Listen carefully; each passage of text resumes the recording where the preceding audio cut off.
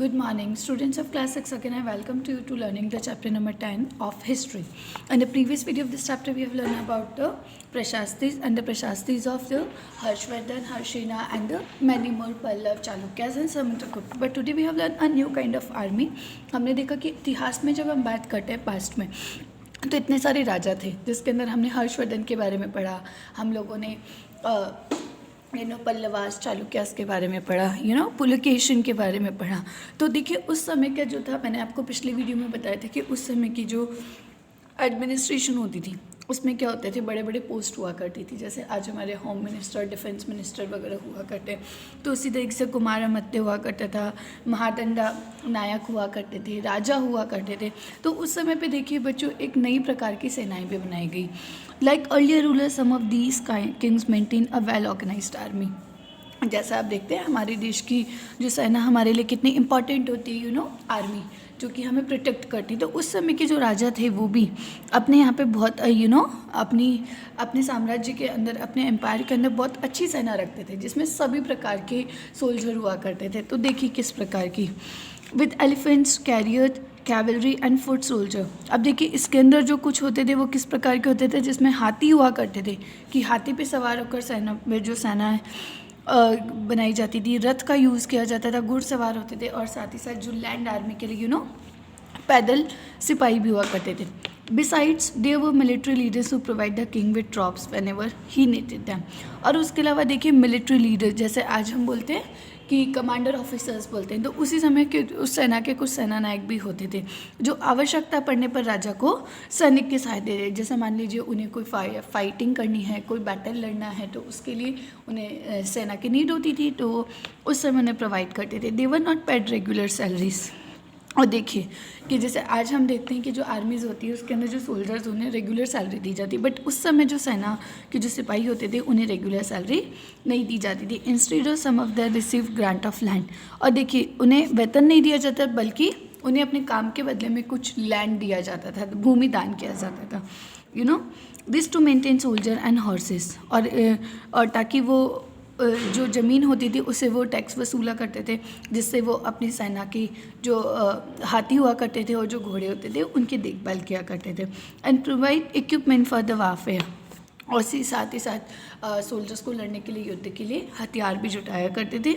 These were man known as a samant. और ये जो ऐसे लोग होते थे जिन्हें की राजा जो भूमि दान किया करते थे, इन्हें क्या कहा जाता था, सामंत कहलाते थे। Whenever the ruler was weak, सामंत ट्राइड टू बिकम इंडिपेंडेंट। लेकिन जहाँ कहीं भी जब कि राजा जब वीक होता था तो वहीं पे ये सामंत जो होते थे यही क्या होते थे, इंडिविजुअली राजा बनने की कोशिश करते थे। तो assemblies in the southern kingdom. अब हम बात करेंगे कि हमारे जो इंडिया का जो दक्षिण भाग है, साउथ इंडिया, वहाँ के राज्यों में किस प्रकार की सभाएं की जाती थी। The inscription of the Pallavas mention A number of local assemblies. कि अगर आप पल्लव राज्यों के बारे में पढ़ोगे और तो उन्होंने अपने अभिलेखों में बहुत सारी स्थानीय लोकल असेंबलीज के बारे में हमें डिटेल अकाउंट किया है। दिस इंक्लूडेड अ सभा which was an assembly of ब्राह्मण लैंड ऑनर्स, जिसमें किन लोगों की थी कि ऐसे ब्राह्मण लोग जिनके पास अपनी बड़ी बड़ी, मतलब ये कहा जाता है कि जो ब्राह्मण्स होते थे, अ ग्रुप ऑफ ब्राह्मण्स, वो इन सभाओं को ऑर्गेनाइज करते थे और रन करते थे, इम्प्लीमेंट किया करते थे। और उनके पास, क्योंकि उनके पास जो भूमि होती थी वो किसके द्वारा दी गई थी, राजाओं ने तोहफे के रूप में, दान के रूप में दिया करते थे। Land owner. These assembly function through subcommittees which looked after irrigation, agriculture operations, making road, local temple, etc. The earth was a village assembly found in area where the land owners were not Brahmins. तो देखिए कि ये जो सभाएं होती थी तो ये इनके कमिटीज़ भी बनाई जाती थी। ये किसके रिलेटेड बातें किया करते थे, इनके जो टॉपिक्स होते थे वो होते थे सिंचाई को लेके हुआ करते थे, खेती बाड़ी से जुड़े जो काम होते हैं, साथ ही साथ पे रोड्स कहाँ बनवानी है, और साथ ही साथ जो स्थानीय जो मंदिर होते हैं, लोकल टेम्पल्स होते हैं, उनके कंस्ट्रक्शन का और उनके वेलफेयर का भी काम करते थे। और जिन इलाकों में जो भूस्वामी जो ब्राह्मण नहीं होते थे, सब लोग ब्राह्मण नहीं होते थे, ब्राह्मण्स के अलावा जो और दूसरी जाति के जो लोग हुआ करते थे वो भी। The Ur was a village assembly found in areas where the land owners were not Brahmin. तो देखिए कि यहाँ पे जो ब्राह्मण्स नहीं होते थे उन व्यक्तियों को क्या कहा जाता था, और कहा जाता था, जो कि ग्राम सभा करवाते थे। And the nagaram was an organisation of merchant, कि नागरम जो व्यापारियों के एक संगठन का नाम था। जो ट्रेडर्स होते थे, बिजनेसमैन, वो भी इन सबको काम में लिया करते थे। It is likely that these assemblies were controlled by rich and powerful landowners and merchants. Many of these local assemblies continued to function for centuries. तो आप देखिए कि इन सभाओं में जो लोग हुआ करते थे वो समाज के बड़े प्रतिष्ठित लोग हुआ करते थे, बड़े रईस, धनी और जो शक्तिशाली, जिनके पास हज़ारों एकर्स, हज़ारों बीघा ज़मीन हुआ करती थी, या जो बहुत ही रईस व्यापारी हुआ करते थे, वो सब इनमें भाग लिया करते थे और वो लोग इन पर अपना कंट्रोल रखते थे। और ये जो सभाएँ थी, ये स्थानीय काफ़ी सालों तक उन्होंने हमारे देश पे राज किया, अपना एक कंट्रोल बनाए रखा। अब देखिए, हमने राजाओं और जो बड़े प्रतिष्ठित लोग होते हैं उन सब की बात की कि जो राजा होते थे वो नगर के शासक हुआ करते थे, और जो गरीब अमीर लोग होते थे वो सभाएं करने का काम करते थे, जिनमें व्यापारी व्यापारी और जो बड़े बड़े रईस ब्राह्मण हुआ करते थे। अब बात करते हैं कि उस समय के राज्यों में जो गरीब आम लोग थे, नॉट अ गरीब, जो आम लोग थे, साधारण लोग, उनकी किस प्रकार से उन्हें रिप्रेजेंट किया जाता था। We can catch an occasional glimpse of the life of ordinary people from place and other accounts. Let's look at the some of these. तो देखिए कि अगर हम पुराने समय की बात करें तो जो प्रशासकीज हैं उनके अंदर सिर्फ राजाओं के बारे में नहीं, उस समय के रहने वाले जो आम साधारण लोग थे उनके बारे में भी काफ़ी सारी जानकारी दी गई है।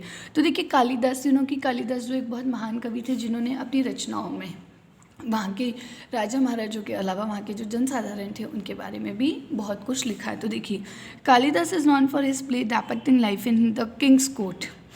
जो कालिदास थे वो अपने नाटक में राज दरबार के जीवन के जो चित्र प्रस्तुत किया करते थे। उनके नाटकों में एक बात की जाती थी कि राजा और अधिकांश ब्राह्मण जो लोग होते थे वो कौन सी लैंग्वेज बोला करते थे, संस्कृत भाषा बोला करते थे, और बाकी जो अन्य लोग थे, जो साधारण लोग हैं और जो महिलाएँ थे, वो प्राकृत भाषा का उपयोग करते थे।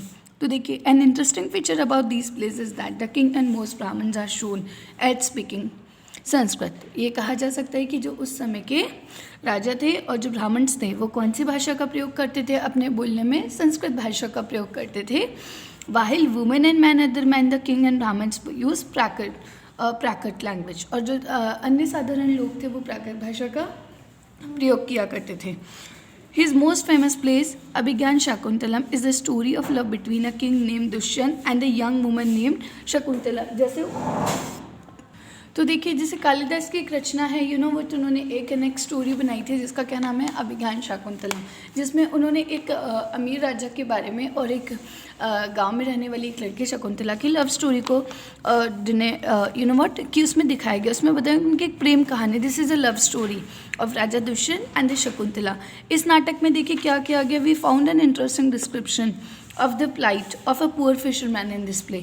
तो देखिए, इस नाटक में भी एक गरीब मछुआरा जो है जो था, जिसके बारे में डिटेल दी गई है, जिसमें ये बताया गया कि जो राजा के कर्मचारी थे उन्होंने उस गरीब मछुआरे के साथ, जो फिशरमैन था, उसके साथ किस प्रकार से दुर्व्यवहार किया था। तो देखिए कि उस समय के जो कवि थे, जो प्रशासनिक लिखक, तो देखिए किस प्रकार से, तो जो उस समय के कवि थे वो क्या बताया करते थे, they speak about the ordinary people in their stories, their poetries and all.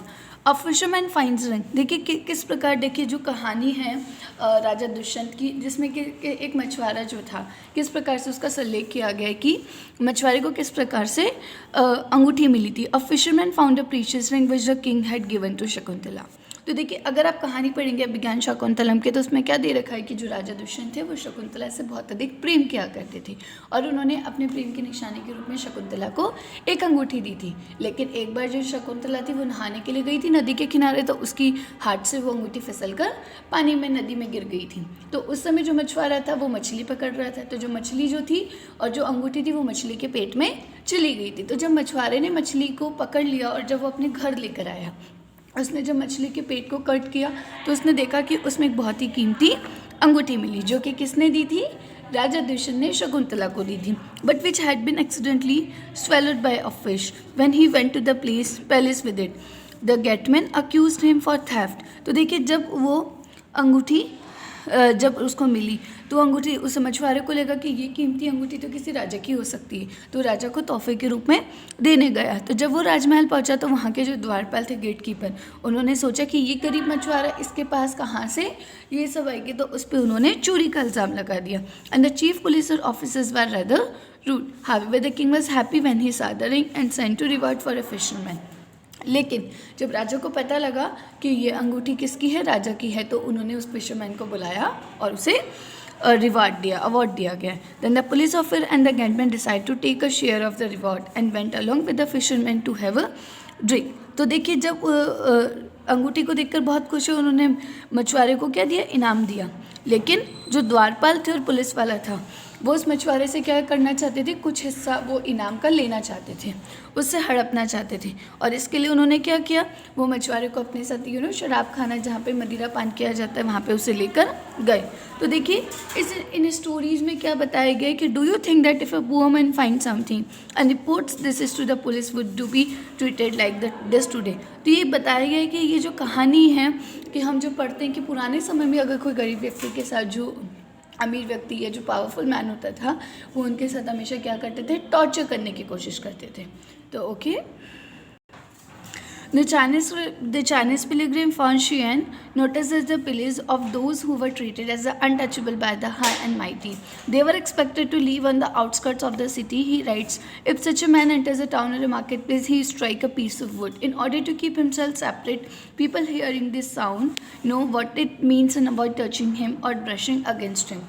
And Bahnbhatra provides us with a vivid picture of the king's army on the move. तो देखिए, उस समय जो चाइनीज़ वर्ड की एक जो तीर्थ यात्री था, traveller who comes from the whose name is a Fahien, उसने हमारी इंडिया के जो उस समय की जो कंडीशन थी एक्चुअल, उन्होंने अपने ट्रैवलिंग अकाउंट्स में लिखा है कि उन्होंने कि हमारे देश में उस समय कुछ एक ऐसी जाति हुआ करती थी जिसे क्या कहा जाता था, अछूत माना जाता था, जिसमें कि जो बड़े लोग होते थे या ऊंची जाति के लोग होते थे उन्हें छूते नहीं थी और उनके साथ बहुत ही टॉर्चर अत्याचार किया जाता था।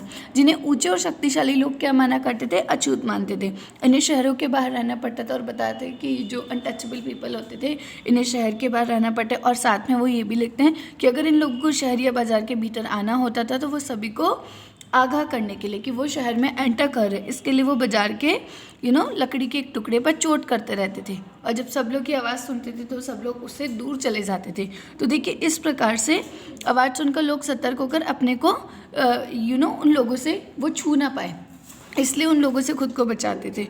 तो देखिए, एक जगह पर जो बाणभट्ट है, Banabhatta also very good poet, was a very good poet. वो बहुत अच्छे कवि थे जिन्होंने अपने अकाउंट्स में बहुत सारी चीज़ें लिखी हैं। उन्होंने अभियान पर निकली राजा की एक बहुत बड़ी सेना का एक चित्रण किया है। तो देखिए कि उस समय राजाओं की सेना किस प्रकार होती थी। The king travel with innumerous amount of equipment apart from weapons, there were things of daily such as pot, pans, furniture, golden food stall. Food including animals such as goat, deer, rabbit, vegetables, spices carried on carts or loaded onto pack animals such as camel and elephant. This huge army was accompanied by the musicians beating drum and other playing horns and trumpet. तो देखिए, बाणभट्ट ने अपने account में लिखा है कि उस समय जो राजा की सेना होती थी वो बड़ी मात्रा में साजो सामान लेकर यात्रा करते थे। कि उनके देखिए क्या क्या सामान होते थे जब वो युद्ध में लड़ने के लिए जाया करते थे। इनमें वो हथियारों के अतिरिक्त उनके जो डेली उपयोग में काम आने वाली जो चीज़ें होती थी, जैसे बर्तन है, असबाब है, सोने के पायदान तक, ये सारी चीज़ें वो अपने पास रखा करते थे। खाने पीने का सामान, इसके अलावा जिसमें वो बकरी, हिरन, खरगोश, सब्जियां, मसाले और विभिन्न प्रकार की चीज़ें शामिल होती थी, जिन्हें वो सारी चीज़ें किस पे रखते थे, जैसे जो गाड़ियाँ होती थी, कार्ट्स पे, कैमल्स पे और एलिफेंट्स पे, इन सामानों को कैरी करने का काम करते थे। और साथ ही साथ देखिए, वो लोग अपने जब युद्ध पे जाया करते थे तो वो बहुत ही आवश्यक चीज़ों के साथ। This huge army was accompanied by musician beating drum. और इसके अलावा जो ये जो सेना होती थी वो बड़े बड़े म्यूजिशियन जो होते थे, नगाड़े होते थे, बिगुल होते हैं, और तिरई बजाते हुए चलते रहते थे, ताकि सभी जो आसपास के जो एरिया के जो लोग होते थे उन्हें पता चल जाए कि ये किसी राजा की सेना जा रही है। Villagers had to provide hospitality along this way. और जो गाँव के जो ग्रामीण जो लोग होते थे वो उनका क्या करते थे, सत्कार करते थे। They came with gifts of curds, gold and flowers. और जब ये सेना गुजरती थी तो जो गाँव में रहने वाले लोग थे वो उन सैनिकों के लिए दही लेकर आते थे, गुड़ लेकर आते थे, फूलों से उनका स्वागत सत्कार किया करते थे। And provided for the animal, साथ ही उनके जो जानवर होते थे जैसे हाथी, घोड़े, बैल, बकरी, उनके लिए वो चारा भी दिया करते थे। They also try to meet the king and place their complaints and petition before him. और देखिए कि वो साथ ही साथ उन लोगों का एक मोटो होता था कि वो राजा से भी मिलना चाहते थे, ताकि वो अगर उनकी कोई शिकायत है या उनकी कोई अनुरोध है तो वो उनके सामने रख सके। The army left a trail of destruction behind, elephants often trample down the huts of villages and the oxen yoke to the caravans of merchant run away scared by the tumult. Banbatra says the whole world was swallowed up in dust. तो देखिए, पर ये सेनाएं जो थी ये क्या करती थी, अपने पीछे विनाश और विध्वंस की निशानी छोड़ जाती थी। क्योंकि ये क्या करते थे, क्योंकि इन सेनाओं के जो हाथी होते थे या घोड़े होते थे, वो जो विलेजेस की जो झोपड़ियाँ होती थी उन्हें कुचल डालते थे, ख़त्म कर, और व्यापारियों के काफिलों में जो जुते हुए बैल थे और वो उनके में ना हलचल, जब भी हलचल मचती थी तो सेना में हजारों सैनिक हुआ करते थे, लाखों की संख्या में।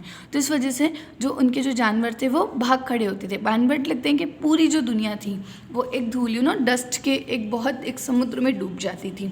तो देखिए उस प्रकार की जो किंग्स की जो आर्मी थी वो कितनी ज़्यादा पावरफुल थी और किस प्रकार से वहाँ के जो आम पीपल हैं, साधारण लोग हैं, उन्हें किस प्रकार के समस्याओं को फेस करना पड़ता था। तो student, I hope you understand full the chapter of the chapter number 10 of the history. Thank you all.